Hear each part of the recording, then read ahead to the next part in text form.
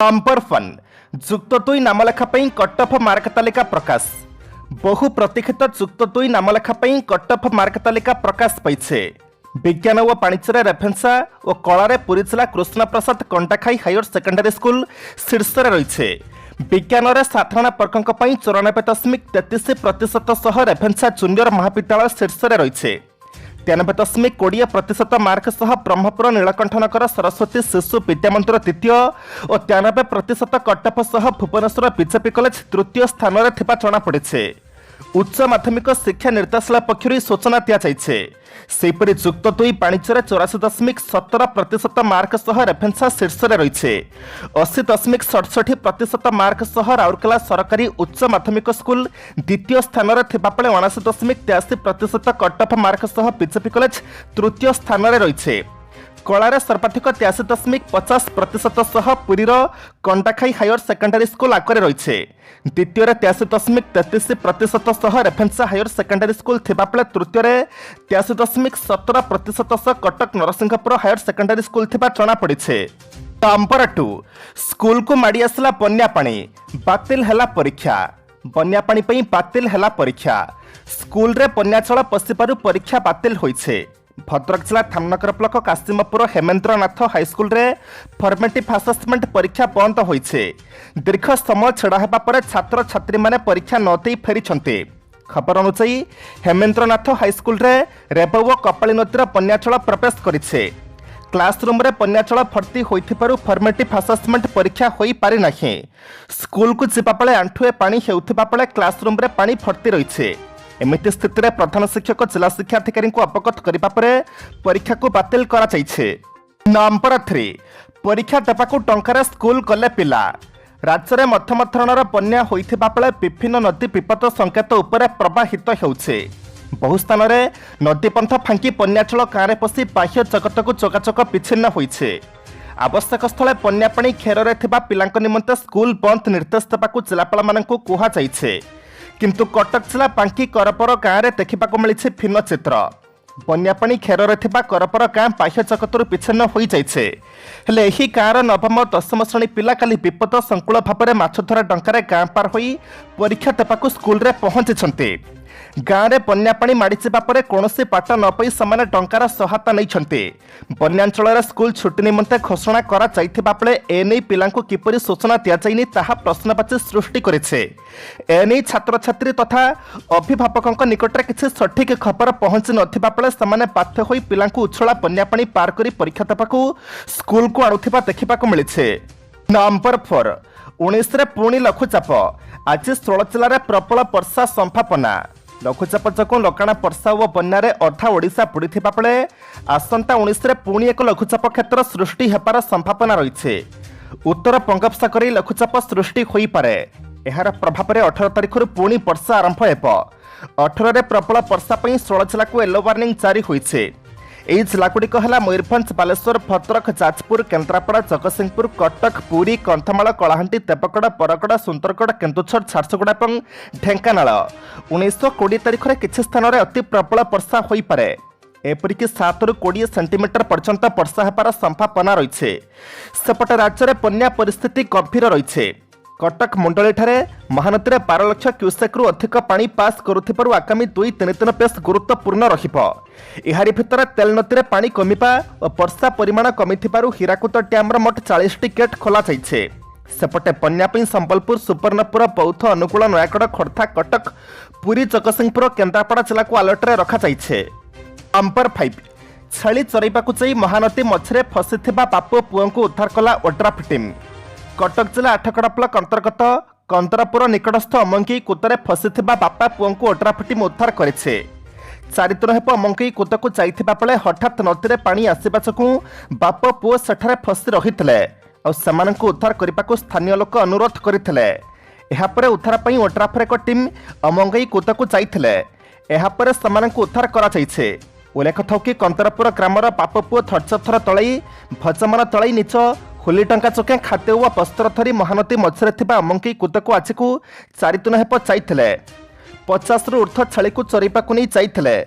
तेबे महानदी में बन्या आसीपारू और महानदी पार हो घर को आसी नपारी सेठारे फसी रही उद्धार करने को स्थानीय लोक प्रशासन को अनुरोध करथिबा बेले आज ओड्राफ टीम सेमानंकु उद्धार करिछे। नंबर 6 बन्या जल पई बढ़ुछि 4टी नदीर जलस्तर। बन्या जल पई महानदी देवी कुशभद्रा ब्राह्मणीर जलस्तर बढ़ी पारा लागिछे। आली पिंगल देवी नदी विपद संकेत उपर प्रवाहित हेउथिबा बेले निमापड़ारे कुशभद्रा नदीर जलस्तर विपद संकेत टपिछे। आली पिंगल विपद संकेत 12.76 मीटर थिबा बेले वर्तमान 12.6 मीटर जल प्रवाहित हेउछे। मुंडली में महानदी विपद संकेत उपर प्रवाहित हेउथिबा बेले राउरकेलार पानपोस्टारे ब्राह्मणी नदी विपद संकेत उपर प्रवाहित हेउछे।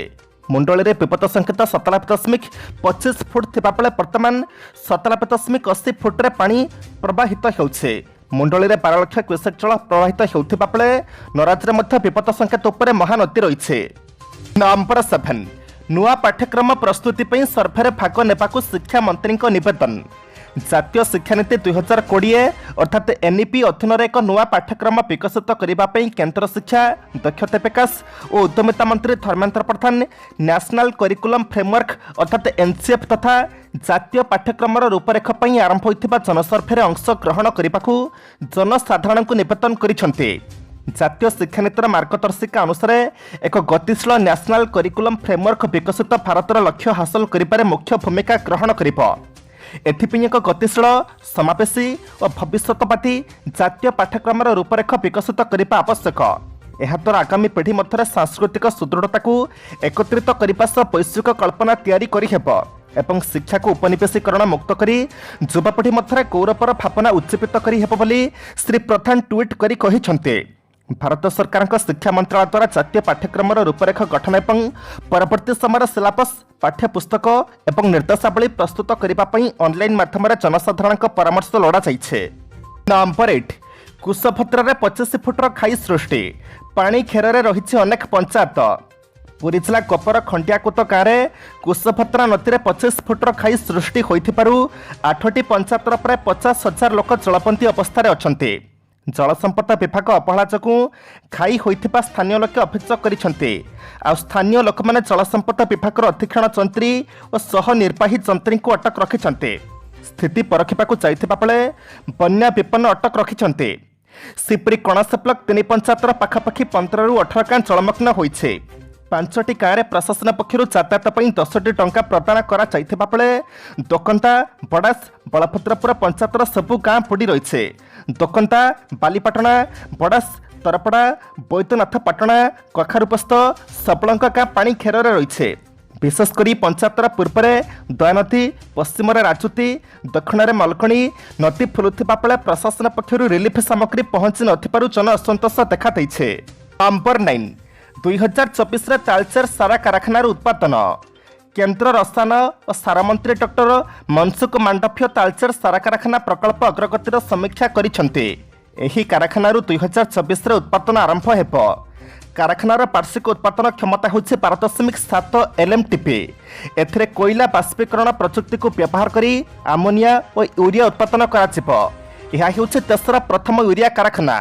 एसहित बराउणी और सिंद्री में स्थापन करा 2टी यूरिया कारखाना अग्रगतिर मध्य समीक्षा करिसेंति। मंत्री श्री मांडव्य कहते जे एही यूरिया कारखाना गुड़िकर उत्पाद आत्मनिर्भर भारत और आत्मनिर्भर कृषि दिगरे एक पदक्षेप। सरकार उद्यम जो यूरिया उत्पादन में भारत आत्मनिर्भर हेब। एही कारखाना गुड़िक द्वारा 500 लेखाएं प्रत्यक्ष और 1500 परोक्ष निजुक्ति सूचक सृष्टि हेब। गेल सेएल आरसीएफ और एफसीएल भली 4टी संस्था को नहीं गठन करा यौथ उद्योग तालचेर सारा कारखानार पुनरुद्धार करुछे। नंबर 10 चाषी 35,000 टंका लांच नेबा बेले भिजिलांस हाତରେ धरा पड़िले बाबू। चाषी लांच नेबा बेले धरा पड़िले लैंपसर परिचालना निर्देशक। कोरापुट जिलार बंधुंगा आलमंडार बृहत्कार आदिवासी बहुमुखी समवाय समिति लिमिटेडर परिचालना निर्देशक भाव में कार्य करुथिबा आर रामकृष्ण जड़े धान चाषी 35,000 टंका लांच नेउथिबा बेले भिजिलांस हाତରେ धरा पड़िछंती। परिचालना निर्देशक जनक जड़े धान चाषी को धान किणा बाबद लांच मागिथिले। एहास लांच नदेले आगामी खरीफ ऋतुरे धान बिक्र करने निमंते मंडी में पंजीकरण करा पुलिस उक्त चाषी को धमक देते आनी भिजिलांस को चाषी जनक सूचना देते आज आर रामकृष्ण केमिकाल पड़ा टंका लांच भाव नेउथिबा बेले भिजिलांस गिरफ करथिला। नाम कोरापुट भिजिलांस 27/2022 एक केस रुजु कर तदंत जारी रही। नंबर 11 काणी नदी में 150 फुटर खाई जनजीवन अस्तव्यस्त। महानदी और बैतरणी में बन्याचल निष्कासित होगा द्वारा उपकूलवर्ती जिलागुड़िकर दुर्दशा बढ़िपारे लगी। अनेक गुड़िए गाँ जलमग्न होइथिबारु लोके नाही नथिबा दुखर सामना करुछन्ते। बैतरणी नदीर शाखा काणी नदी में 150 फुटर खाई सृष्टि होइछे। जनजीवन अस्तव्यस्त हो पड़े। लोकंकर घर भीतर को पानी पशिछे। चाष जमी जलार्णव होइछे। प्रशासन पक्षर जलबंधर सामना करथिबा लोकंको उद्धार करा जाइथिबा बेले बन्या आश्रयस्थली स्कूल रे रखा जाई सुखिला और रंथा खाद्य दिया जाउछे। सेपरि जगतसिंहपुर जिला पाइका नदीर काठकोट गाँ निकट में 50 फुटर खाई सृष्टि होइछे। खाई सृष्टि पर गाँ को पानी पशिछे। लोके आतंकित होइथिबा जणा जाइछे। बन्या जल पई महानदी देवी कुशभद्रा और ब्राह्मणीर जलस्तर बढ़िपारे लागिछे। आली पिंगल देवी नदी विपद संकेत उपरे प्रवाहित होउथिबा बेले निमापड़ारे कुशभद्रा नदीर जलस्तर विपद संकेत टपिछे। नंबर 12 तृतीय दिन में हीराकुद डैम्रु 40टी गेट दे जल निष्कासन जारी। उपकूलवर्ती अंचल अनेक स्थान जलार्णव। हीराकुद जलभंडारु द्वितीय दिन में 40टी स्लुइस गेट माध्यम जल निष्कासन जारी रही। हीराकुद जलभंडारु 40टी गेट दे जल निष्कासन करा फल महानदीर तलिया अंचल बसवास करुथिबा लोकंकर दुर्दशा ह्रास पाई पारि नाही। हीराकुद जलभंडार कंट्रोल रूम पक्षर मिलिथिबा सूचना अनुसार डैम्र बाम पार्श्वरू 28टी और दक्षिण पार्श्वरू 12टी गेट माध्यम जल निष्कासन जारी रही। महानदी में बन्याचल आसवा द्वारा तलिया अंचल लोकंक पई दुर्दशा बढ़ी। विशेष भाव में महानदी बाहरी शाखा नदीगुड़िक तलिया अंचल चिंतार कारण पलटिछे। कटक खोर्धा पुरी जगतसिंहपुर जिलार विभिन्न स्थान में जलमग्न होइछे। नंबर 13 दिल्ली पुलिस रे हाजर हेबे अभिनेत्री वर्षा प्रियदर्शिनी। दिल्ली पुलिस रे हाजर हेबे अभिनेत्री वर्षा प्रियदर्शिनी 15 दिन मध्य हाजर हेबाक आज ओडिशा हाइकोर्ट निर्देश देइछन्ते। वर्षांक नारे जातीयण आक्षेप नहीं दिल्ली में मामला होइतला। वर्षा तांका स्वामी अनुभव महांती कर्मचारी प्रति जातीयण आक्षेप करिथिबा अभियोग होइतला। एने दिल्ली पुलिस रे लिखित अभियोग करा जाइतला। अभियोग को भित्ति कर दिल्ली पुलिस वर्षा को हाजर होगापी 2 थर नोटिस करथिला। हेले वर्षा हाजर होगा परिवर्ते ओडिशा हाइकोर्ट द्वारस्थ होते। कोर्ट वर्षा आवेदन को ग्रहण कर 15 दिन जाए अंतरीण सुरक्षा देते। एथिस 15 दिन मध्य हाजर होगा निर्देश देते कोर्ट। नंबर 14 जगतसिंहपुर जिलार सरकारी कर्मचारी छुट्टी बातिल। जगतसिंहपुर जिलार सबु सरकारी कर्मचारी छुट्टी बातिल करा जाइछे। जिले में देखा बन्या स्थिति छुट्टी बातिल करिसेंते जिलापाल पारुल पटवारी। समस्त कर्मचारी निज निज मुख्यालय रहिबाकु निर्देश देइछन्ते जिलापाल। छुट्टी रे थिबा कर्मचारी को तुरंत कार्य जोगदेवाकु निर्देश देइछन्ते। महानदी और तार शाखा देवी और पाइका नदी में बन्या पानी प्रवाहित होइछे। जाफल जगतसिंहपुर जिलार 30टी पंचायतर 56 गाँ प्रभावित होइछे। एने जगतसिंहपुर जिला प्रशासन पक्षर सूचना दिया जाइछे। बन्यार प्राय 20,000 अधिक लोक प्रभावित होइछन्ते। तेबे तलिया अंचल और पाणीखेरे रही जाइथिबा 1742 लोक उद्धार करा 14टी स्कूल और बात्या आश्रय स्थल रखा जाइछे। सेमानकु सुखिला और रंथा खाद्य दिया जाउछे। नंबर 15 बन्या स्थिति समीक्षा कले राजस्व मंत्री। राज्य में आहुरी 3 ରୁ 4 दिन एमती बन्या स्थिति लागी रखिबो। आगामी 24 घंटा राज्य पई बेस गुरुत्वपूर्ण। बन्या द्वारा महानदी सिस्टम रे गतकाली 2टी खाई होइथिला।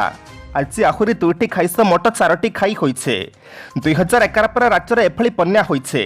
वर्तमान घंटा को 17,000 क्यूसेक पानी मुंडली खसुछे। किछि समय पर घंटा को 25,000 क्यूसेक पानी खसिबो। हीराकुद डैम्र बन्याचल मुंडली ठारे आज सकाळे पहुंचिबो। प्राय 9 ରୁ 10 लाख क्यूसेक पानी निष्कासित हेबो। कटक खोर्धा पुरी जगतसिंहपुर जाजपुर केन्द्रापड़ा बन्या प्रभावित होइछे। जगतसिंहपुर और पुरी जिला संपूर्ण भाव में प्रभावित होइछे। आज ओड्रा फेंटिया अग्निशम विभाग अतिरिक्त टीम पठा जाइछे।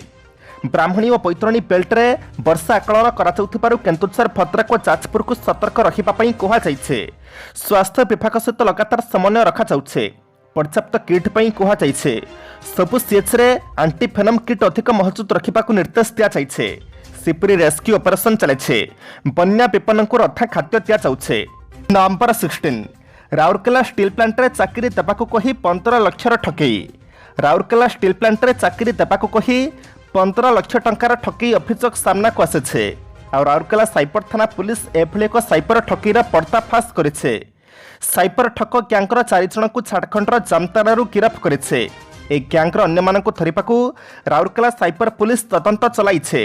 ଏମାନେ ଆରଏସପି ନାଁରେ ଆପ୍ ଖୋଲି ନିଯୁକ୍ତି ନାଁରେ ଲକ୍ଷ ଲକ୍ଷ ଟଙ୍କା ଠକୁଥିଲେ। ଗିରଫ ହୋଇଥିବା ବ୍ୟକ୍ତିମାନଙ୍କ ନାମ ହେଉଛି କମଲାଉଦ୍ଦିନ ଅନସାରୀ, କୁତବୁଲ ଅନସାରୀ, ଅସରଫୁଲ ଅନସାରୀ ଓ ସମୀମ ଅନସାରୀ। ଏମାନଙ୍କ ନିକଟରୁ 3ଟି ମୋବାଇଲ ସହ 2ଟି ଆଧାର କାର୍ଡ ମଧ୍ୟ ଜବତ କରାଯାଇଛି। ମିଳିଥିବା ସୂଚନା ମୁତାବକ କୁତ୍ରା ଥାନାର ବିରାଙ୍ଗଟୋଲିରେ ନଳେନ୍ଦ୍ର କୁମାର ଟପୁ ଅଭିଯୋଗ କରିଥିଲେ ଯେ ତାଙ୍କୁ ଏକ ଅଜଣା ନମ୍ବରରୁ ଫୋନ୍ ଆସିଥିଲା। ଠକମାନେ ନିଜକୁ ଷ୍ଟେଟ୍ ବ୍ୟାଙ୍କର କର୍ମଚାରୀ ବୋଲି ପରିଚୟ ଦେଇଥିଲେ। ଏହାପରେ ତାଙ୍କ ଆକାଉଣ୍ଟରୁ ଟଙ୍କା କଟି ଯାଇଥିବାର କହି ଟଙ୍କା ଫେରସ୍ତ ପାଇବାକୁ ଏକ ଆପ୍ ଡାଉନଲୋଡ୍ କରିବାକୁ କହିଥିଲେ। ନଳେନ୍ଦ୍ର ଯେତେବେଳେ ଆପ୍ ଖୋଲିଥିଲେ ସେତେବେଳେ ତାଙ୍କ ଆକାଉଣ୍ଟରୁ ଠକମାନେ 15 ଲକ୍ଷ ଟଙ୍କା ଲୁଟି ନେଇଥିଲେ। ନମ୍ବର 17 ଶ୍ରୀଲଙ୍କାର ହମ୍ବନଟୋଟା ବନ୍ଦରରେ ଲାଗିଥିବା ହାଇଟେକ୍ ଜାହାଜ କୌଣସି ଦେଶର ନିରାପତ୍ତାକୁ ପ୍ରଭାବିତ କରିବ ନାହିଁ, କହିଲା ଚୀନ।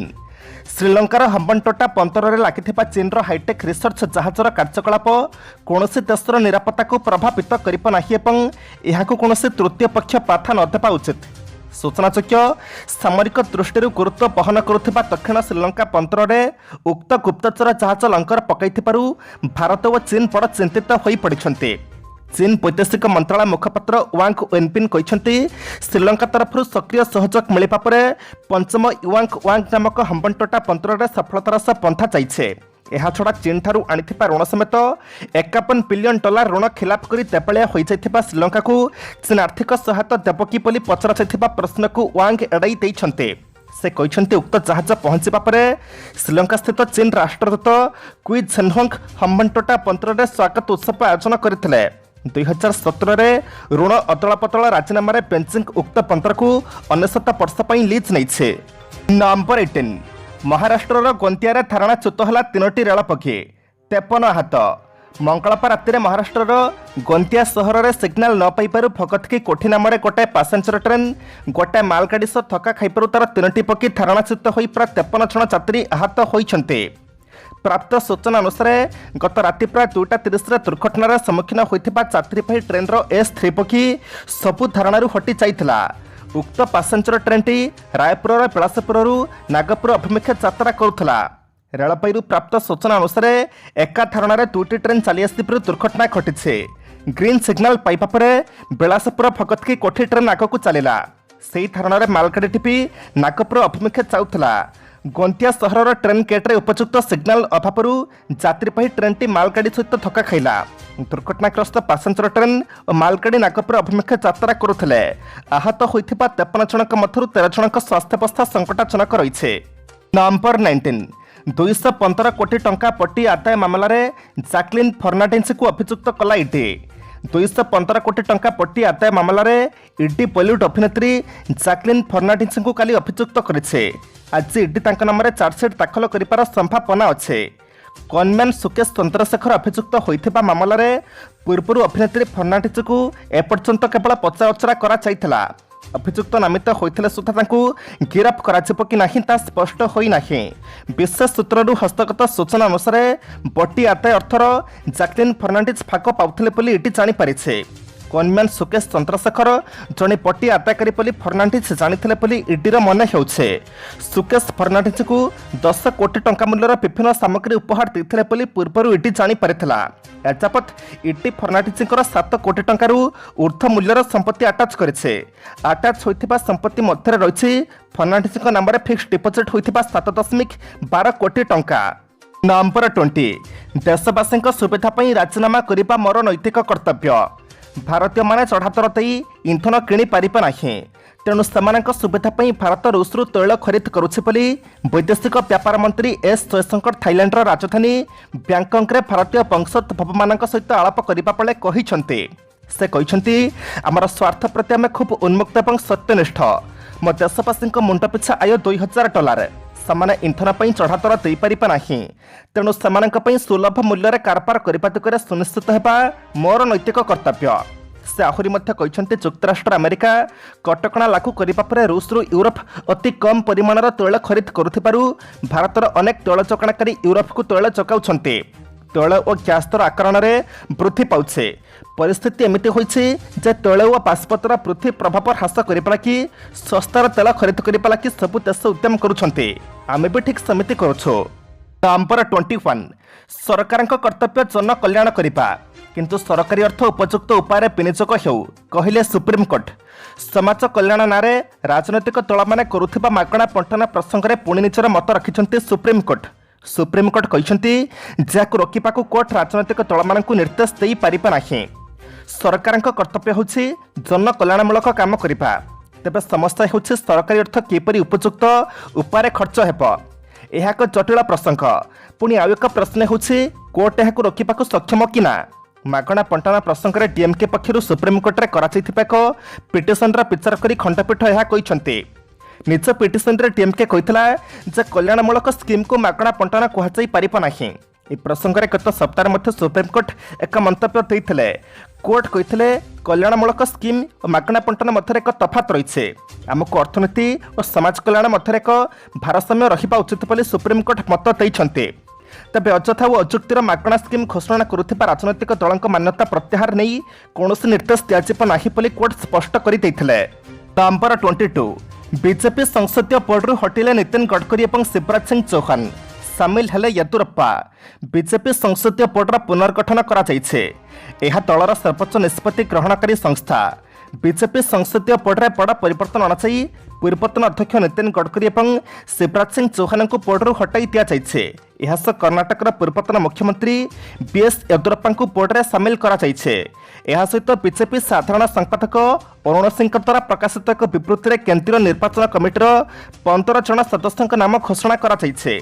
बीजेपी राष्ट्रीय सभापति जेपी नड्डा दलर केंद्रीय निर्वाचन कमिटी गठन करिसेंते, जेउथिरे अछंती जेपी नड्डा अध्यक्ष, प्रधानमंत्री नरेंद्र मोदी, प्रतिरक्षा मंत्री राजनाथ सिंह, गृहमंत्री अमित शाह, बीएस येदुरप्पा, सरपंच सोनवाले, के लक्ष्मण इकबाल सिंह लालपुरा, सुधा यादव, सत्यनारायण चटिया, भूपेन्द्र यादव, देवेंद्र फडणवीस और माथुरु बीएल संतोषपंग, पनाथ श्रीनिवास। नंबर 23 कृषकों पर केंद्र सरकार बड़ घोषणा। कृषकों को नहीं केंद्र सरकार बड़ घोषणा करिसेंते। सरकार बुधवार घोषणा करिसेंते जे 3 लाख टंका पर्यंत लघु अवधि ऋण में 1.5% छड़ हेबो।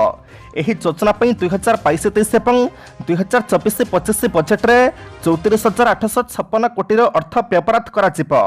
कैबिनेट बैठक में मध्य सरकारी बड़ निष्पत्ति को मंजूरी देइछन्ते। एने केंद्र सूचना और प्रसारण मंत्री अनुराग ठाकुर सूचना देइछन्ते। से कहते सरकार कृषकों को सशक्त करने काम करुछन्ते। तेणु वर्तमान 3 लाख टंका पर्यंत लघु अवधि ऋण में 1.5% छाड़ हेबो। एही योजना 2022-23 और 2024-25 बजेट रे 34,856 कोटी अर्थ व्यवहार करा जिवो।